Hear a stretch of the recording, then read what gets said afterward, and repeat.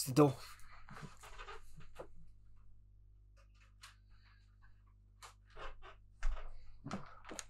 Late Christmas present.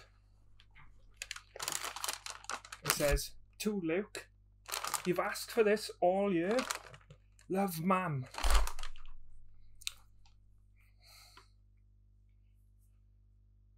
It's going to be that new pair of shoes.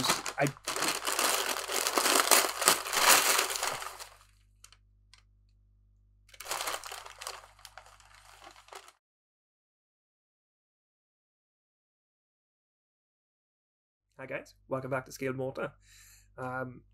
So where are we? We're on part 2 now of the Meng GT-40.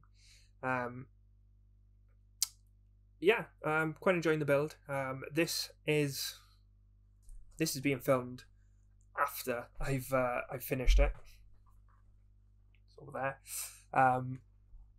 Yeah, so this part we're going to dive into. We're looking at the chassis, really, the running gear, the engine. We're also looking at the exhaust. I do a bit of weathering on the exhaust. I think maybe I might have gone a bit overboard with that, but you'll see that later on in the video, and you've probably seen from the little still at the beginning. But yeah, so yeah, we're going to be doing the engine, the chassis, the running gear. It's a bit different to the cars I've built before, just the way it goes together. So I wasn't really expecting it. So it was a bit confusing when I was splitting up the videos, but yeah, after finishing it, I kind of now know where I'm going with the videos. So this is going to be a 3-parter. Probably, I think there's going to be one more part after this. After this one, and then we're going to jump into something else. It is another car. But then I know after that we'll be doing a bike again. So yeah, we're gonna dive into it now, and see how we get on with the engine and the chassis. So diving straight in, we start off like we start off with most videos, is snipping parts off the sprue and cleaning up the sprue gates and connector points. As you've seen in many videos before, I like to come in first with the snippers. On the side cutters, I'm using the Modelcraft side cutters here, and we're just going to snip as close to the part as possible. We don't want to snip parts off the part, which I've done before. Just be careful and just get those little bits off, and then once we've got those off, we're going to come in with our UMP sanders. I can't remember what grit this is. I always forget the grits, but I do know that this is my favourite. Yeah, and then we're just going to use this to go around anywhere where there are still sprue gates or mould lines, and that should take them off quite nicely without changing the shape of the part. And then we're going to put together our sub-assemblies for painting. There weren't very many, because there were quite a few different colours we're going to be using, but like bits like this, like the hubs and the brakes, they can all be they can be stuck together before, and just be careful if you do want your wheels to turn, try not to glue those little poly caps, and also don't forget them, as I almost did, which has been cut out of the video so you wouldn't know. And there we go, we also pre-assembled a couple of the engine parts. This is just the engine block. We couldn't pre-assemble too much because there were quite a few different colours going on in the engine bay and throughout the suspension and everything, but the main part of the engine block here was fine. And while I was sticking stuff together, I kind of realised that the fit was really tight, so all of this you see here is all dry fitted, not one thing is glued on. And yeah, I could turn the model upside down and literally two things fell off. So yeah, it was at this point I was a little bit worried about painting, just because I didn't want it to cause fit issues or anything, and we did end up with a couple in the end, which you'll see in the last video. But yeah, I just wanted to dry fit that, and I just thought it was absolutely mental how nothing fell off. So fair play, it is well engineered. But now we're going to mask off the bottom area. You see this has been 2K'd in the last video, so I'm not too bothered about detagging the tape and paint peeling up and whatnot. So we're just going to go straight on with the masking tape. The kind of centre middle bit of this undercarriage, this underbody area was meant to be a different colour blue, so it's going a darker blue, and we used this same blue throughout the interior and the chassis parts. The manual calls out for a MIG colour, I think. But yeah, I didn't really want to use MIG colours. So the colour is literally just called dark blue. So I went for the darkest blue I had, which turned out to be X3, which is royal blue. So yeah, that's what we're going to be using on the undercarriage once we get it all masked off. So once we had that done, it was over to the booth, and now we're using the Ultimate Gloss Black Primer, which is probably my favourite primer. I'm going to be using this on most of the metal parts. So this is part of the exhaust. Due to the way everything kind of fit together really, really well, I wanted to keep like most of these bits separate, which, thinking about it now, sounds a bit daft, but if it was that well engineered to fit together so well before any paint or anything, I was thinking like the tolerances after paint might be a little tighter, so I didn't want to kind of end up having to squeeze things past other things, so I left it all unassembled. Yeah, so that's why there's loads of tiny little bits here and just random little exhaust bits which I'm priming. But like I said, it's the UMP Gloss Black Primer straight out of the bottle, and we want to do a nice light coat to start off with, and we want to make sure we get kind of all the annoying little recessed areas just to make sure we've got all that coverage. But the UMP primer does cover very, very well, so that's good. It is quite forgiving. We did end up with 3 coats, I believe, of the primer.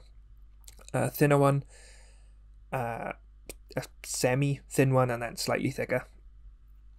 And then we've moved on to alcad chrome. So we're going to be using this on quite a few different parts. And I'm going to start off on the exhaust with alcad.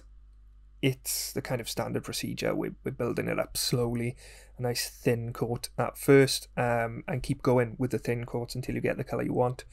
Looking back at how my exhaust ends up, this part seemed maybe wasted, because you can't see much chrome on the finished thing. But that's fine, that's fine. So it wasn't just the exhaust we chromed, there were other bits. This is the kind of famous bundle of snakes exhaust, this kind of name which was given to it, because once you see it, it does look like a mad bundle of snakes, and it's probably my favourite part about this car, is that crazy exhaust setup. And I think it was done to kind of equalise pressure coming out of the exhaust on each side of the car, and yeah, I'm not certain. But anyway, speaking of exhausts, we're going to move on to the hot metal, and I believe that was the hot metal sepia. I'm just double checking. Yeah. So again, this is straight out of the bottle. It is a very, very thin paint, so I've lowered my pressure, and I'm using the 0.2 needle in the Ultimate Apex. You can get a conversion kit at umpretail.com if you do have an Ultimate Apex, and spares are plenty there. But yeah, this is the first time using the 0.2 needle, and it done really, really well. Yeah, it's still in there. I use it for pretty much all my metallics now. It does a really, really good job. But it's also great for the hot metals. So what I'm doing is just going for the kind of the warmer areas, or the areas which would see more heat, maybe the hottest parts, and then kind of slowly fading that out to where it gets a little cooler, or the kind of longer areas where exhaust gases maybe wouldn't accumulate. And we went around the whole bundle of snakes in this fashion. I am sorry for the focus on my camera. I am out of focus, unfortunately, for little bits here and there, so I do apologise. Okay, and once we've done that, we've come in with the alcad exhaust manifold colour. This is another colour by alcad that I do really, really like. It's quite good for, I don't want to say corroded, but it's good for that kind of burnt metal you'd see on an exhaust or like a turbo.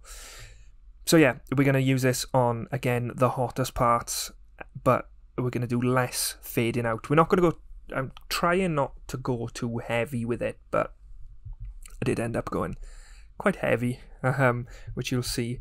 But we want to kind of use this on the hottest parts, so we get like a nice fade from this kind of more solid browny sepia colour into that clear sepia colour, which is because the alcad hot metals are quite clear.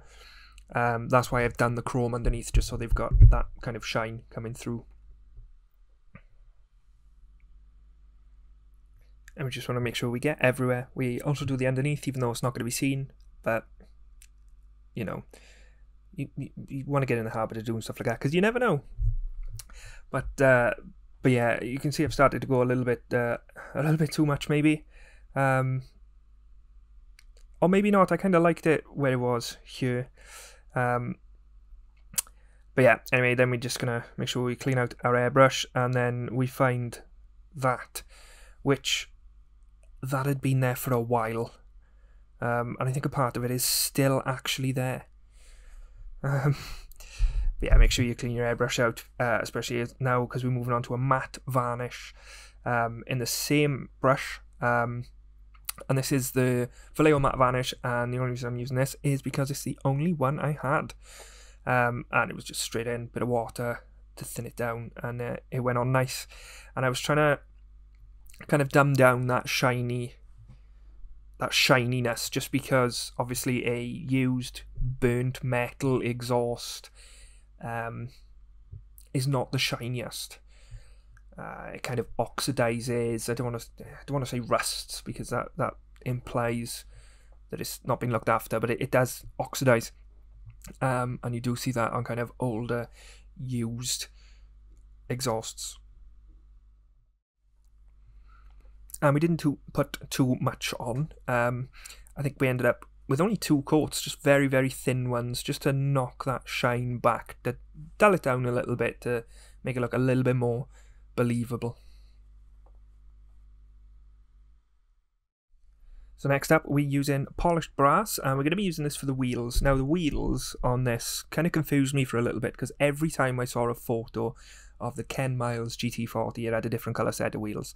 Some were black with a polished lip, some were silver, some were gold, like this. I have since found out that the actual car used in the race had the silver wheels, but in press shoots and stuff, they did sometimes use these gold ones. And the gold ones were the ones that kind of really jumped out to me, and I thought they looked really, really nice. And I thought they'd go really well with the blue of the car, which, again, as mentioned in the last video, was the wrong colour. But it doesn't matter.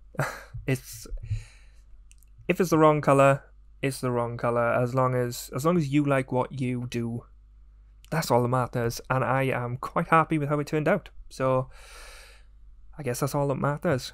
But yeah, we went for the gold, and we're using the alcad polished brass. Another one of my favourite colours from alcad.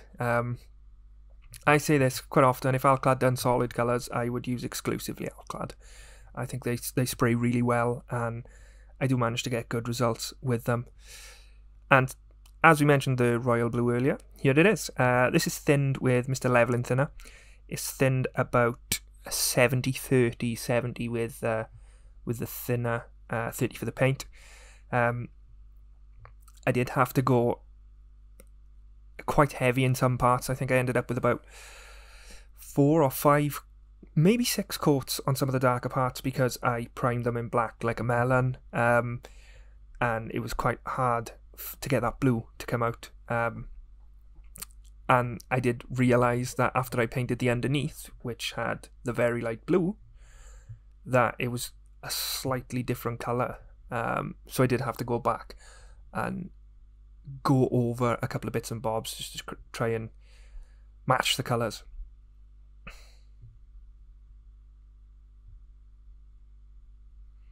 I've used this royal blue a couple of times and I do actually quite like it, and it's an acrylic paint by Tamiya, and normally I like to use their LPs because for things like metallics and stuff, the flakes and the like pigment sizes are a lot better than the acrylics for the metallics, really. But with solid colours like this, it doesn't really matter. They lay down really nice, and you know, they dry nice and hard, and they do what they say on the tin, really. So yeah, for the solid colours, I do quite like the acrylics, and the added bonus that they thin marvellously with MLT.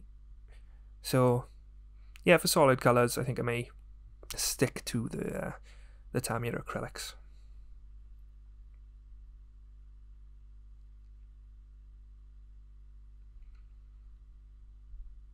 But with parts like this, we started off with all the kind of little annoying areas, the insides, the back sides, the upsides and around sides, and then kind of filled in the gaps just to make sure we got everywhere we needed to with the paint.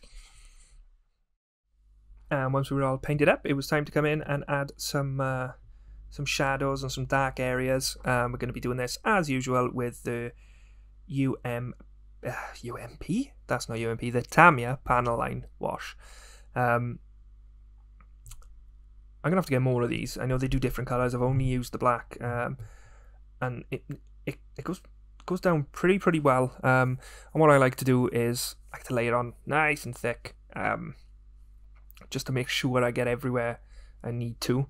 The capillary action pulls it around all the kind of the crevices and the kind of the shadowy areas, the lower parts, and then we'll come in later with a cotton bud and some Sansador odorless mineral spirits, and we'll use that to clean it off the high areas, sort of like a reverse dry brushing kind of thing. And then we leave this panel liner then in all the recesses.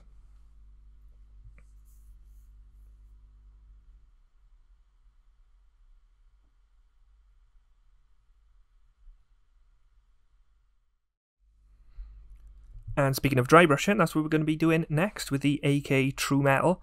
This is the steel one, and I use this quite often on engine parts at least, or pretty much most kind of metal parts which may see a little bit of use or wear. That's not weathering or chipping or just a little bit of rubbing, I suppose.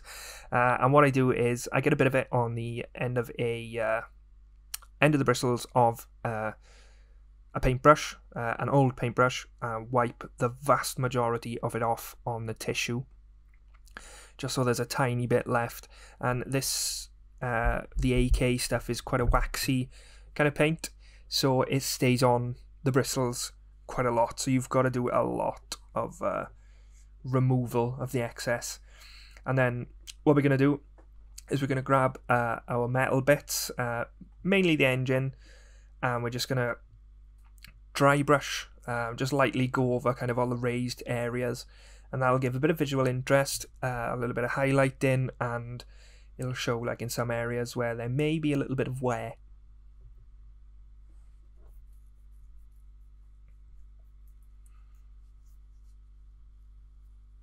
I mean, this much like the panel liner is not really a necessary step. It's just little tiny things which I think kind of, in my mind, push the build above kind of just kind of standard for me. And it's the little tiny little details like that which really grab my attention, which I think I've said now in literally every single video that I've ever made. But it is the little details that I look for.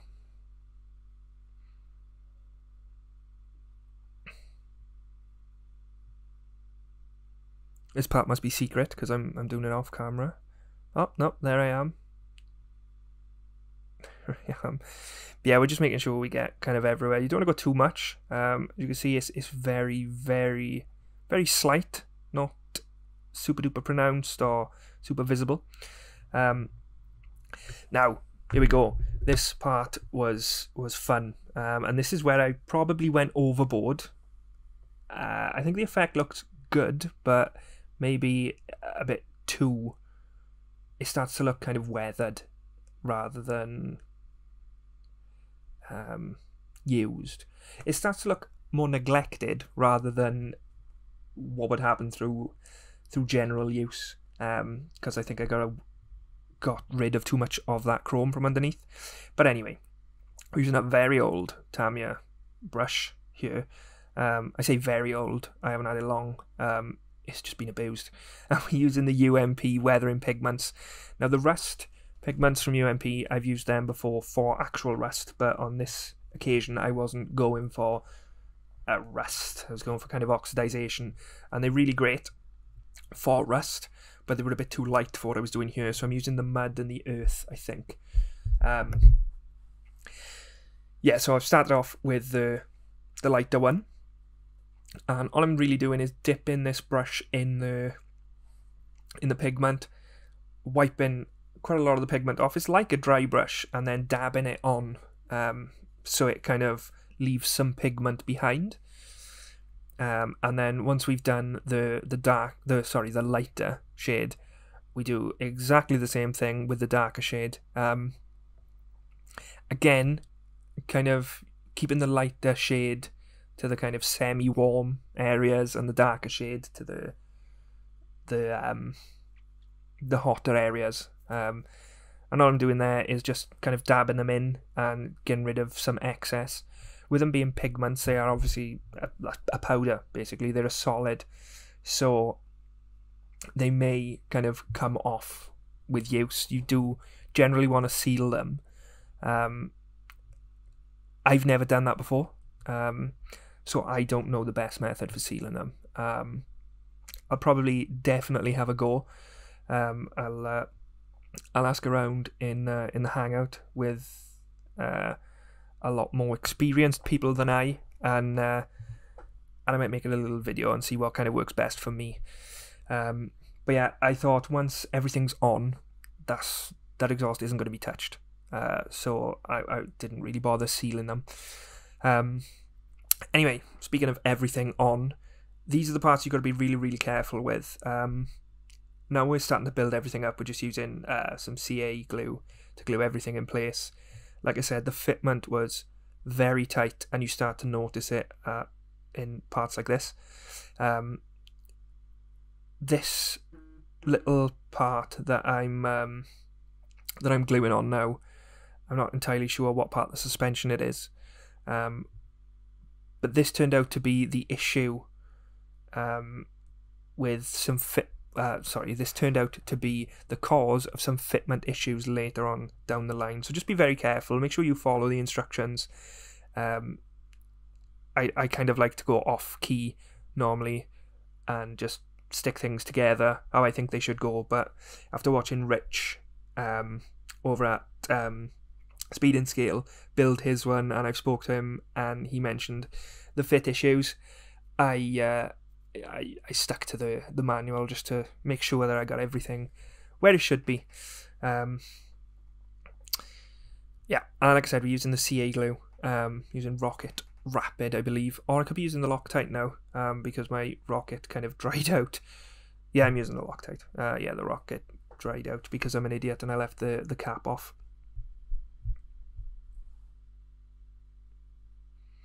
But yeah, we're just coming to the final stages of this part. The kind of main interior tub part, I didn't really film too much of that because it was a bit boring, to be honest. It was blue with a little bit of brush painting for the silver. I didn't mask off any of the inside and paint it silver. I brush painted with the moto chrome and just called it good.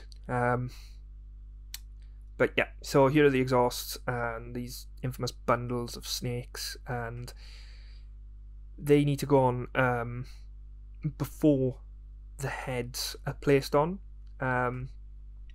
So this is the main reason I didn't want to put the engine together and then have to try and squeeze these exhausts over and around parts, because there's so many kind of the way it goes together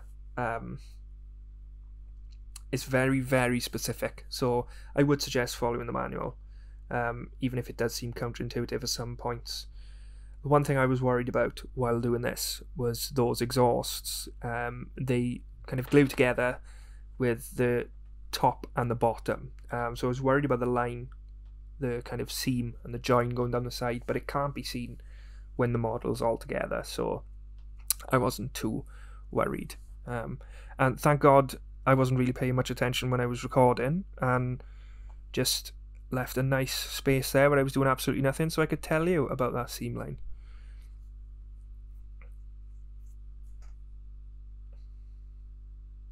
But yeah, these exhausts, they look mental. I think they are the coolest part about this car. And it was what made me really want to build it in the first place, just these exhausts, just because they really, really catch my eye every time I see a build of this car. And it's the same reason I want to build the RA272, the Honda, which I do have in the stash, which I think will be a video build as well. But yeah, that won't be for a little while now.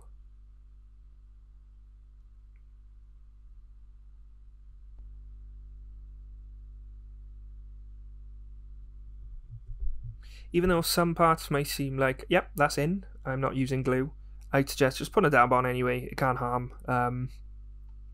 Like I said, with various layers of paint, it does get quite tight, but using like a thinner CA glue, which is why I think I opted for the Loctite here, other than obviously the thicker stuff I normally use dried out, but we'll gloss over that. The Loctite, yeah, it's just a little tiny dab is all you're going to need, and it sticks together quite well.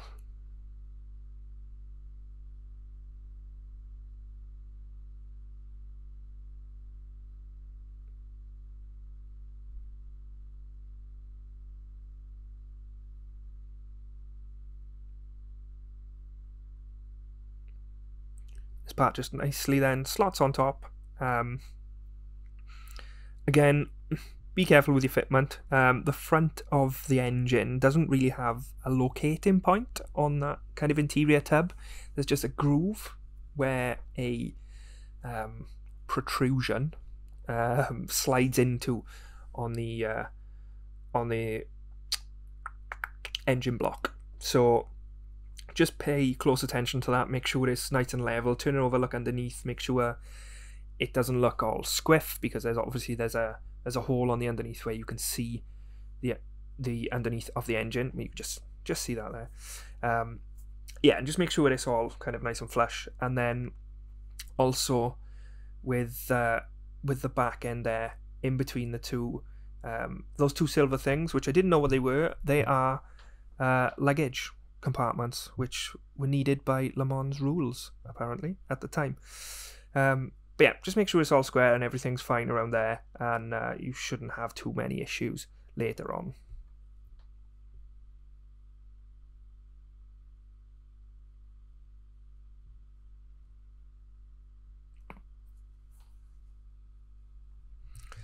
And lastly, what we're doing here is we're just getting our hubs and drive shafts for the rear here.